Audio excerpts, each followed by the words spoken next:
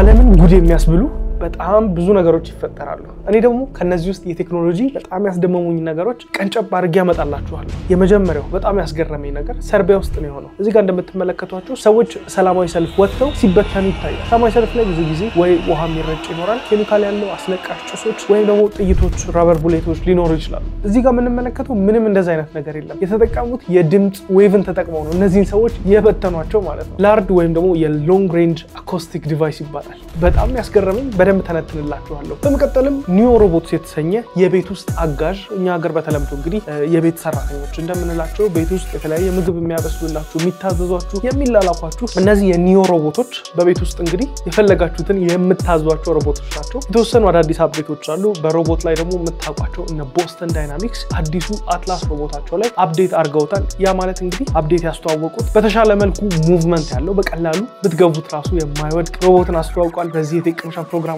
ላይ በዓለም ላይ ያስገረሙኝን የተለያዩ ቴክኖሎጂዎችን ዳሰስ አድርገን እናልፋለን ቴክኖሎጂን ካልተቀላቀላችሁ እንግዲህ ላይክ ሰብስክራይብ እያደረጋችሁ እዚህ ዩቲዩብ ቻናል ጆኤል ታላቂ ላይ እነዚህን ቴክኖሎጂ ፕሮግራም አቀርብላችኋለሁ ምን ማድረግ እንዳለባችሁ ታውቃላችሁ ወደ ቪዲዮአችን እንግባ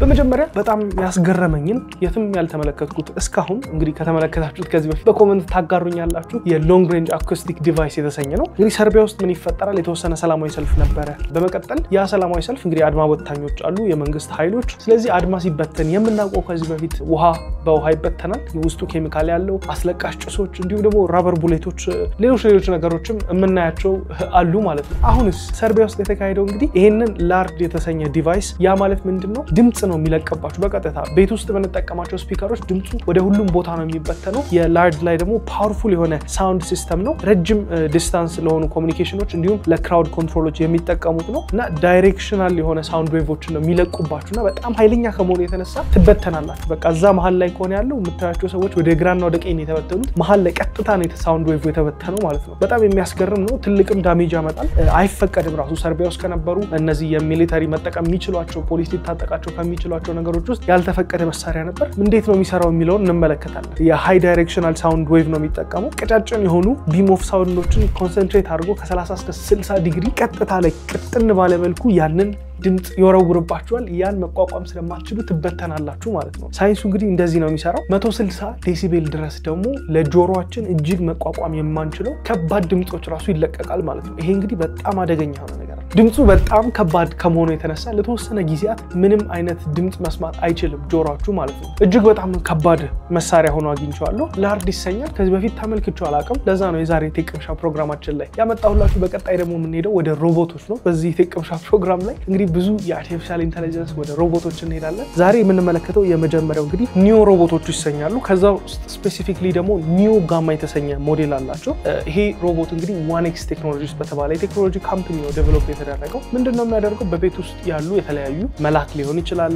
የተወሰኑ ስራዎችን እንድትሰሩ የቤት አጋዣችሁን እንደምትጠይቁት ሁሉ በቀላሉ ይሄ ሮቦት ያንን ለማድረግ የመጣ በጣም ያስገረመኝ ነገር የሂዩመን ላይክ ሙቭመንት አለው የሰው ልጆች እንደምንራመደው ይሄም ሮቦት በዛ መልክ ይራመዳል በመቀጠል ደግሞ ሰዎች እንግዲህ ፌሻል ኤክስፕሬሽን እንነባበባለን አጠገባችን ያለው ሰው አኩርፏል ደስ ብሎታል ያለውን ነገር ቼክ እናደርጋለን እነዚህም ሮቦቶች የኛን ሙድ ያያሉ ማለት ነው ፊታችንን ስካን በማድረግ ዝቅ ይያሉ ከፍ ይያሉ የወደቀ ነገር ያነሳሉ በደንብ ሂዩመን ስትራክቸር ያላቸው ናቸው ስትራክቸር ከመኖርም በተጨማሪ ደግሞ ስሜታችንን የመረዳት አይነት ክህሎትም አጋጥመውባቸዋል በጣም ያስገረመኝ ደግሞ ኮንቨርሴሽናል ኤአይ የተሰኘ ፊቸር እዚህ ሮቦት ላይ ታገኛላችሁ በኤአይ ነው የሚሰራው ለምሳሌ የሆነ ሰው እና ሲላችሁ የሆነ እንዲ የሆነ ጀስቸሮች አሉ ምንግባባቸው ሰዎች እንግዲህ ልክ እንደዛ አው አይደለም እንደምንላችሁ ይሄ ሮቦት እነዚህን ጀስቸሮች ያሳያችኋል ኮሙኒኬት በመታደርጉበት ሰዓትና በጣም የሚያስገርም ቤታችሁ ቢቆሽሽ ማጽዳት የፈለጋችሁትን ዕቃ ከመሬት ላይ ማንሳት እንዲሁም በቃ በቤት ውስጥ ሊታዘዛችሁ ሊያግዛችሁ የሚችል ሮቦት ነው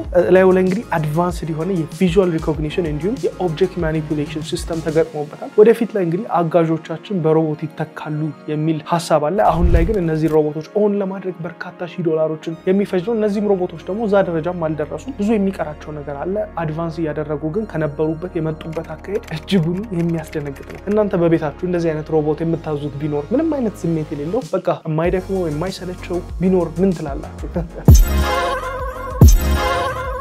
በመቀጠል ደግሞ ወደ ቦስተን ዳይናሚክስ እንሄዳለን። አሜሪካ ውስጥ ያለ የሮቦቲክስ ካምፓኒ ነው። በጣም አስገራሚ የሆኑ ሮቦቶች ካሏቸው ሮቦቶች ውስጥ እንግዲህ የተወሰኑትን በተለያየ ዩዝ ኬዝ ላይ ያሉትን ተመልክተናቸው እንመለስ። ሮቦቶች እንግዲህ በጣም ባይዘይ ከዚህ በኋላ የሚሊተሪም ላይ ከተመለከትን ከታንኮች ነበሩ የሆነ ሰዓት በጣም እንጠቀምባቸው። አሁን ላይ ደግሞ በተወሰኑ ጦርነት ዓለም ላይ በነበሩት ከተመለከታችሁ ድሮኖችን በትልቁ እየተጠቀምን ነው። ብዙ አይነት ድሮኖች አሉ ከትላልቆቹ ዩኤቪ ድሮኖች ጀምሮ እንግዲህ በጣም ትናንሽ ሱሳይዳል ድሮኖችን ጨምሮ ማለት ነው። የድሮን ቴክኖሎጂ ሌላ ታሪክ ውስጥ ገብቷል። ያ ሲሆን እንግዲህ ውዱ የሰው ልጅን ህይወት በጣም ከመቀጠፍ የሚያድኑ ሮቦቶች አሉ። ለሚሊተሪ ፐርፐዝ የምንጠቀምባቸው ለእሳት አደጋ ሬስኪዎች የዚህ በፊት የቻይናውን የዲፕ ሮቦቲክስ ሮቦቶች ነግሬያችሁ ነበር። በተራራ በሸለቆ በወንዝ በምን የሚሽከረከሩ በጣም የሚያስገርም ላይ ደግሞ ላይዳር ሴንሰሮች የተገጠሙበት እንዲሁም መረጃዎችን በደንብ ኖቲስ አድርጎ ጨለማ እንኳን ቢሆን ተርማል ካሜራ ላይ ስላለ መረጃዎችን ኖቲስ አድርጎ ወዲያውኑ ለሰዎች ሪፖርት ያደርጋል። የሰው ልጅ እዛው ሁሉ ችግር ውስጥ ሳይገባ እነዚህን ማግኘት ያለበትን መረጃዎች እንዲያገኝ ያደርጉታል ማለት ነው። ሮቦት አድቫንስመንቶች ወደፊት ላይ ለምንኖራቸው ህይወቶች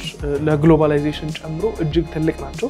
ሮቦቶች እንግዲህ ከሚሊተሪ ውጪ አሁን አትላስ ሮቦቶች የተለያየ ፐርፐዞች ያላቸው ሮቦቶች አዘጋጅቷል። የቦስተን ዳይናሚክስ ሮቦቶች እንደ አትላስ አይነት ሮቦቶችን አዘጋጅቷል። አትላስ ላይ ምን አዲስ አፕዴት አምጥተውበታል? የተሻለ ሙቭመንት የሰው ልጆችን ሚሚክ የሚያደርግ ሙቭመንት አፕዴት አምጥተውበታል። እነዚህ ሮቦቶች እንዳልኳችሁ አሁን ላይ ገና ናቸው። ከነበሩበት ደግሞ አሁን ወደ መጡበት ታዩት በእጅጉ አፕግሬድ አድርገዋቸዋል። ወደፊት ደግሞ ምን አይነት ሊሆኑ እንደሚችሉ አስቡት። ላያቸው ላይ አርቲፊሻል ኢንተለጀንስ ካፓቢሊቲ እንዲሁም የተለያየ አይነት ሞተሮች ከዚህ በፊት መንቀሳቀስ የሚችሉ የሮቦት አይነት እንቅስቃሴ ነው። አሁን ግን የሂውመን ሙቭመንቶችን ሚሚክ ማድረግ ችለዋል። አትላስ ሮቦት እንግዲህ 1.8 ሜትር ቁመት ሲኖረው ክብደቱ 80 ኪሎ ግራም ነው። ከዛ ውጪ ተወዳዳሪ ሆኖ እኔ በጣም የተመቸኝ ደግሞ አሁን ላይ ትሬንድ እያደረገ ያለው የዩኒትሪ H1 የተሰኘ ተቀራራቢ ሮቦቶች አሉ። እነሱንም እስቲ የሚሰሩትን ነገር ልጋብዛችሁ። ሮቦቶቹንም በደንብ ተመልከቷቸው። ሐሳብ አስተያየታችሁን ደግሞ በኮሜንት አስቀምጡልኝ።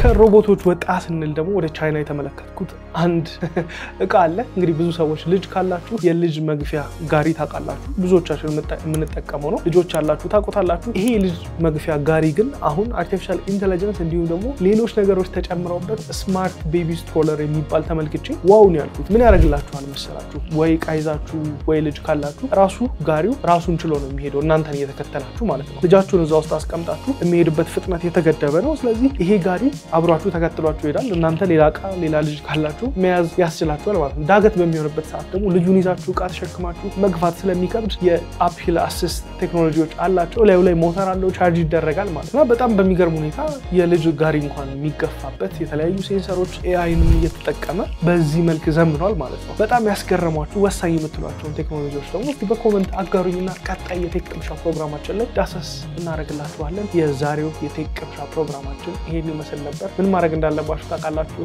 ላይክ ሼር አድርጉ፣ ሰብስክራይብ ያደርጋችሁ። ቀጣይ ቴክ ቅምሻ ፕሮግራማችን ላይ እንገናኛለን። ይመቻችሁ።